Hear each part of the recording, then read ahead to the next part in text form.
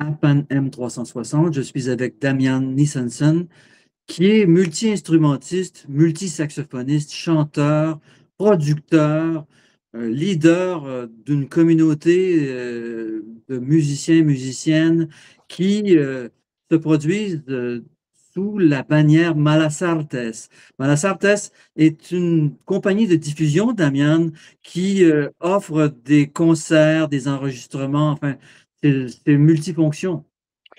En fait, c'est une compagnie de création et production assortie d'un petit label, d'une petite étiquette de disque.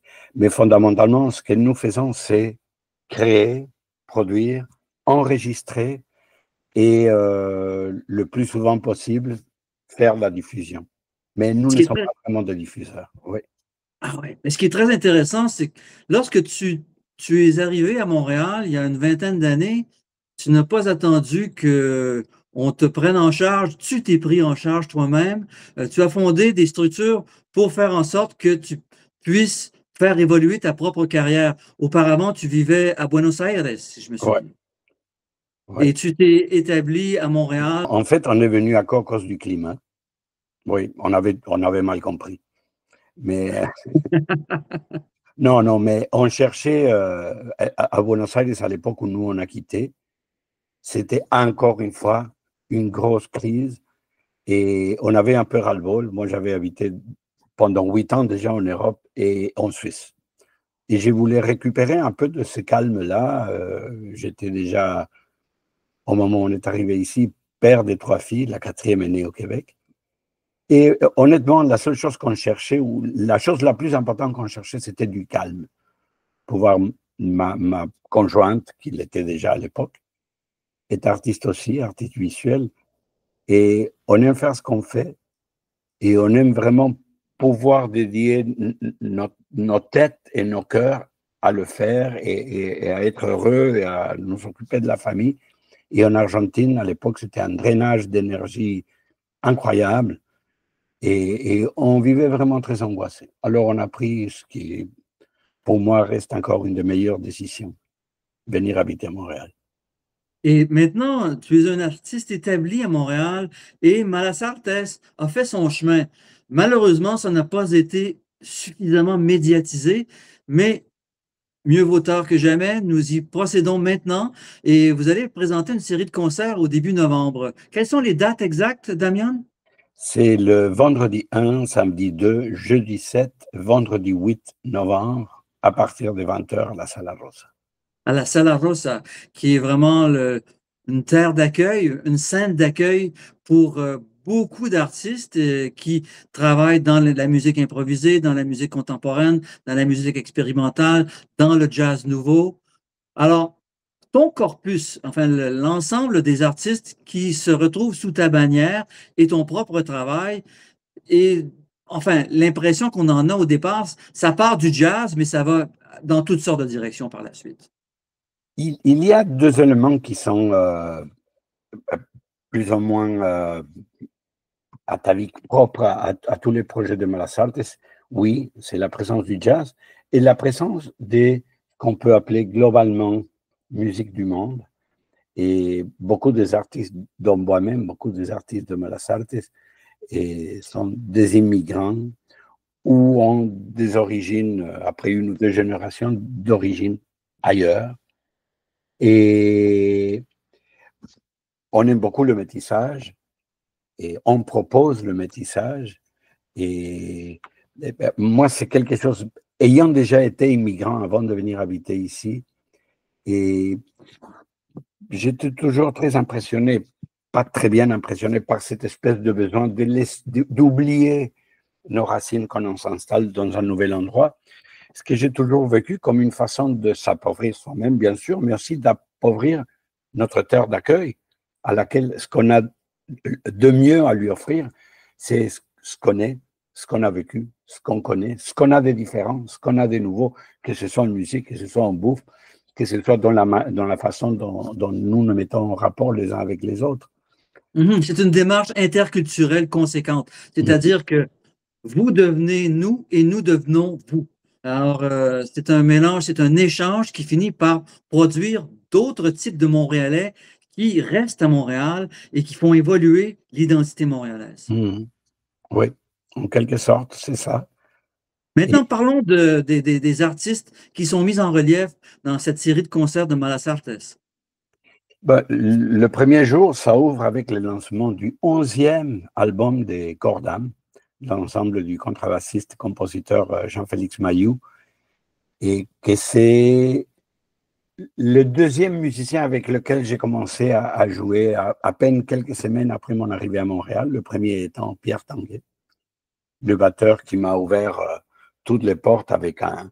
C'est pas seulement un extraordinaire musicien, mais une personne avec un cœur Ah énorme. oui, c'est un gentleman, Pierre Tanguay. C'est Oh, vraiment quelqu'un d'extrêmement sympathique, empathique, généreux et très doué aussi, très talentueux. écoute, on joue encore ensemble depuis 20 ans. Comme je te dis, je l'ai connu, je crois, 3 semaines après mon arrivée. Je ne sais pas si tu connais Denis Plante. C'est un bon Oui, organiste. Depuis déjà longtemps, il habite en ville de Québec. Mais à l'époque, il habitait Montréal. Et par le fait qu'il joue du tango, marié à une Argentine, tout de suite, on nous a présenté. Et des bonnes connexions, quoi. en écoutant ma musique, ce que je faisais en Argentine, il me dit, il faut que tu connaisses Pierre Tanguay, il faut que tu connaisses Joan Etu et Jean de Rome. Il m'a fait une liste des gens qui sont tous devenus mes amis, nos amis. Et avec Jean-Félix, avec Pierre, je joue dans mes projets. Avec Jean de Rome, je joue dans la fanfare pour. Et Joanne Etu, directrice de Ambiance Magnétique, c'est elle qui m'a donné en fait l'idée de créer une étiquette. J'ai voulu que ce soit plus qu'une étiquette, que ce soit justement un organisme de création. Mais c'était son idée. C'était aussi dans mes premiers mois ici. Et encore une fois, merci à tout ce monde qui nous a vraiment aidé à entrer dans cette réalité, pas forcément compliquée, mais très différente de celle qu'on connaissait chez nous, dans notre pays d'origine. Et Oui. Et voilà. donc, vous avez pu faire évoluer Malasartes avec cette communauté d'artistes Mhm. qui sont des Québécois de souche et des artistes qui viennent de différents horizons et qui se sont établis à Montréal et qui sont devenus avant tout des Montréalais. Oui, comme nous le sommes maintenant. Exactement. Et donc, parlons des autres concerts au programme, Damien? Il y aura Cordam ce premier soir, suivi de Ompé. Ompé, c'est un trio qu'on avait créé avec Alex Bellegarde à la contrebasse et Moïse et Yeo Maté, percussionniste togolais, montréalais maintenant lui aussi. Et nous avons joué dans mes premières années ici. À un moment donné, tous les trois, on a commencé à avoir beaucoup de travail, on a eu beaucoup de difficultés à vraiment trouver un moment pour jouer ensemble. Et comme ça arrive souvent avec le temps, on s'est perdu de vue. Et il y a à peu près un an, le même jour, ça faisait des années que je ne les croisais ni l'un ni l'autre, le même jour, je les croise les deux, séparément. Au parc Chien, je rencontre Alex en revenant d'une super belle conversation qu'on venait d'avoir au parc Chien, chacun avec son chien, dans laquelle j'ai appris qu'en plus, le fils Alex était le copain de ma nièce. J'ai une nièce de 18 ans qui habite Montréal. Et je dis, bah, c'est trop bon, bah, il faut qu'on se revoie. Une demi-heure plus tard, en rentrant du parc à chiens avec Lola, ma chienne, qui c'est que je croise? Moïse. Le parc à chiens, je dis, mais c'est pas possible. Je suis vraiment pas mal athée, mais là, je dis, bah, c'est un signe. Alors, et on s'est donné rendez-vous et la musique, c'est un trio d'improvisation. Alors, on a laissé couler et la musique, elle coule de source, vraiment, quand on se met à jouer. Ça va être le premier soir. Le deuxième soir, c'est Noubi, et un guitariste, compositeur, chanteur, percussionniste sénégalais.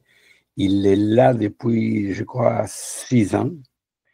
Et il a gagné des prix, il a eu de bourses. C'est vraiment quelqu'un qui a énormément de talent. Et je ne me souviens pas si c'était le mai ou si c'était Dame, Diversité Artistique Montréal, qui m'avait demandé que je sois son mentor quand il est arrivé ici. Et ça crée une grande amitié entre nous. J'ai travaillé sur son premier album au Québec. Et voilà qu'il va ouvrir cette deuxième soirée, le 2 novembre, suivi de Dumai Dunai, un ensemble, une espèce d'ensemble post-punk et fondé par un couple ukrainien à Montréal. Une énergie extraordinaire et un métissage des styles que j'adore. Et ça va être une de nos 2 soirées dédiées vraiment au défoulement et à la danse. Le 7, ça va être du sérieux. Klein Cabaret, trio formé par Lucio Altobelli, accordéoniste, Antonia Hayward, chanteuse, comédienne, et moi-même, avec des invités de luxe, Guillaume Martineau, Juliou Otuba, Miranda Nisenson, une de mes filles, et Chantal Bergeron en violon, et un percussionniste, Martin Madersbach. Alors, il y a beaucoup de noms qui viennent un peu de partout dans le monde dans ce groupe. Et avec eux, on fait un répertoire particulier, un répertoire d'une culture qui est presque morte, c'est la culture yiddish. Le yiddish étant la langue qui parlaient les Juifs en Europe de l'Est, Oui. Jusqu'à la Shoah, jusqu'à la Deuxième Et Guerre. on peut l'entendre dans le quartier hassidique à Montréal aussi. On peut l'entendre. Il parle yiddish encore. Il parle yiddish et c'est le seul espace social dans lequel le yiddish est parlé couramment.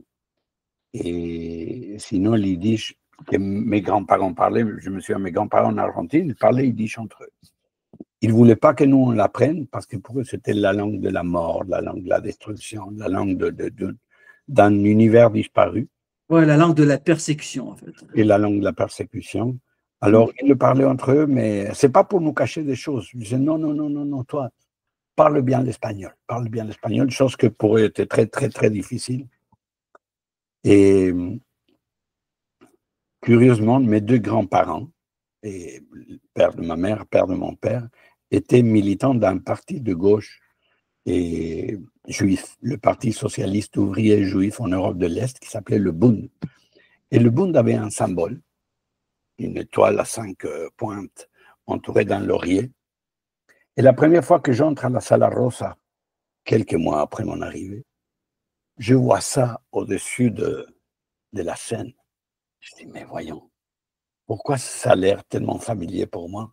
C'est qu'en effet, les syndicats juifs de gauche se réunissaient dans ce qui était la nouvelle Sala Rosa, je crois, dans les années 30, à Montréal. Alors, j'ai tout de suite senti une espèce d'affinité avec cet endroit dans lequel j'ai énormément de plaisir à jouer et à organiser des concerts. Après Klein Cabaret, comme tu vois, j'ai une grande capacité de sauter d'un sujet à un autre. Non, mais c'est très intéressant, mais on ne s'embarquera pas sur le conflit israélo-arabe. Non. On va oublier ça parce que c'est très délicat. Je peux dire une seule chose. Moi, les gens sont des gens. Et voir des gens mourir, pour moi, c'est atroce. Peu importe qui c'est, qui les tue, peu importe la raison, pour moi, c'est atroce. C'est tout ce que j'ai à dire.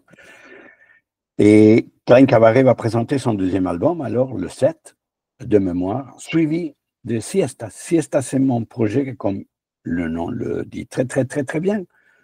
Ce sont des chansons en espagnol très, très calmes, très tranquilles. Et ce répertoire va être interprété par une nouvelle formation. Et j'y reviens à une formation un peu moins acoustique, hein, la formation de Nozen, l'ensemble que j'ai avec Pierre Tanguay, Bernard Falaise, Jean-Félix Mayou, auquel s'ajoute maintenant officiellement Guillaume Martineau. Et nous aurons comme invité encore 2 violonistes, les 2 violonistes qui vont jouer avec Klein Cabaret aussi. Autrement dit, Damian, tu es le lien entre tout ce monde-là parce que on dirait que tu joues partout.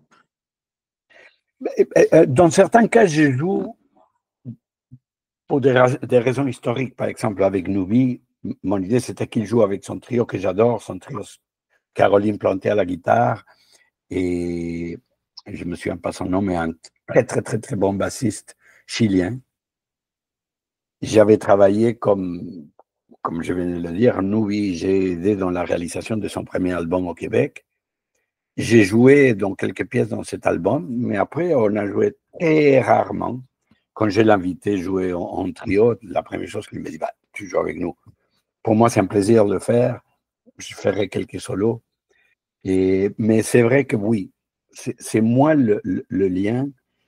Et c'est bien, loin de jouer dans tout le projet qui fait Malasarte, je ne le fais pas. Le 90% des projets sont des projets dans lesquels ma participation est en train est en forme de producteur, réalisateur, camelot, cuisinier.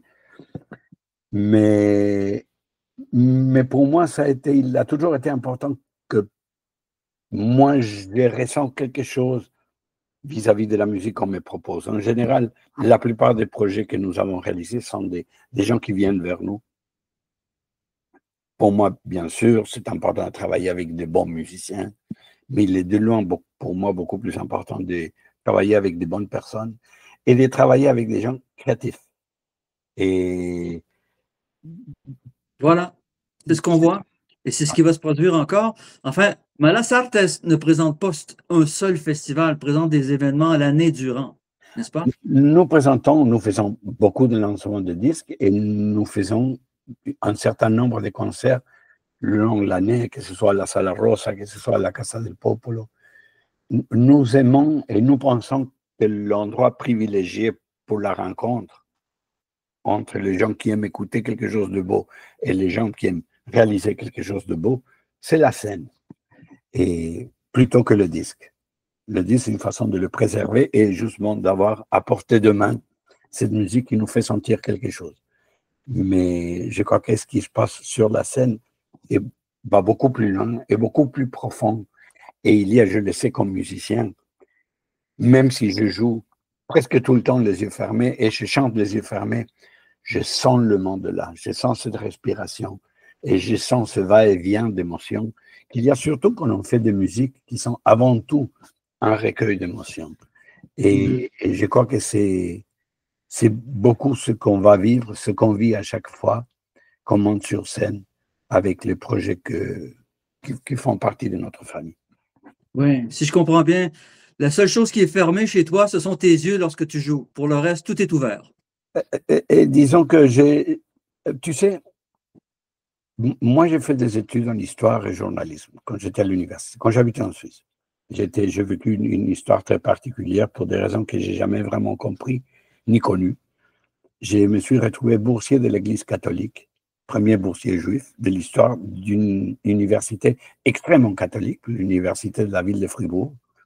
En Suisse, c'est une université qui, à l'époque, et je pense qu'encore maintenant, était gérée par les dominicains. Moi, j'ai fait des études en histoire et en journalisme là-bas. Et d'ailleurs, j'aurais pu rester en Suisse et travailler comme prof d'histoire. À l'époque, je faisais déjà de musique, je faisais de la musique depuis que je suis enfant. Et à un moment donné, je me suis dit, prof d'histoire, musicien, bah, les horaires de prof d'histoire vraiment ne me conviennent pas. Et je crois que c'est le seul moment de ma vie que je me souviens où vraiment j'ai pris la décision de je fais ceci, je veux passer là. J'aime les deux choses. L'histoire, ça continue à être mon hobby préféré. Mais la musique, je crois que depuis que je suis adolescent, c'était mon plus grand plaisir. Et quelque chose que j'ai fait naturellement, pas parce que je ne suis pas un virtuose, je ne suis pas un surdoué, mais j'aime profondément faire la musique. Je me sens très bien en la faisant. Et avec le temps, j'ai réussi à faire quelque chose de très, très, très, très bon. C'est de jouer avec des amis. Quand je m'en vais à une répétition ou un concert, mais maintenant mes filles sont des jeunes adultes, mais quand elles étaient enfants, elles me demandaient « Tu t'en vas où, papa ?» Je m'en vais jouer avec mes amis. Et exactement comme elles le disaient quand elles s'en allaient jouer avec leurs amis. Et en vérité, pour moi, c'est exactement la même chose et dans le même esprit. Et jouer de la musique, c'est jouer. C'est jouer comme on joue avec des jouets. C'est ça, c'est garder son cœur d'enfant et sa capacité d'émerveillement jusqu'à la mort. Oui, exactement. Et voilà. Alors, c'est comme ça que c'est arrivé, c'est comme ça que c'est resté sur 3 continents déjà et et me permettant, ce qui pour moi, en fait, c'était la chose la plus importante, de pouvoir vraiment me dédier et que ça me permette de vivre, de mettre un toit sur les têtes de ma famille et qu'on puisse manger à notre faim et avec l'âge, combler notre soif, surtout de vin rouge. Parfait. Damian, c'est un plaisir de faire notre première interview à Pan M360. Ce ne sera certainement pas la dernière puisque nous sommes maintenant partenaires avec Malasartes. C'est pour moi un plaisir et un honneur. Je suis très content d'avoir établi ce lien avec toi. On se connaît depuis longtemps, mais c'est vraiment la première fois qu'on a ce type de rencontre. J'aime beaucoup le travail que vous faites à Panem 360. Merci beaucoup. Ça fait plaisir et dans un moment où on a vraiment besoin qu'on parle des artistes, qu'on parle d'art, parce qu'on a une tendance à oublier que c'est en grande partie grâce à nous, grâce à toi, grâce à nous, artistes, qu'on construit et qu'on définit l'âme d'un peuple, d'une nation. Si on oublie ça, ça devient nettement moins intéressant. Oui, exactement. Alors donc, c'est un rendez-vous à la Sala Rossa début novembre. Merci beaucoup, Damian. Merci à toi. Bonne journée.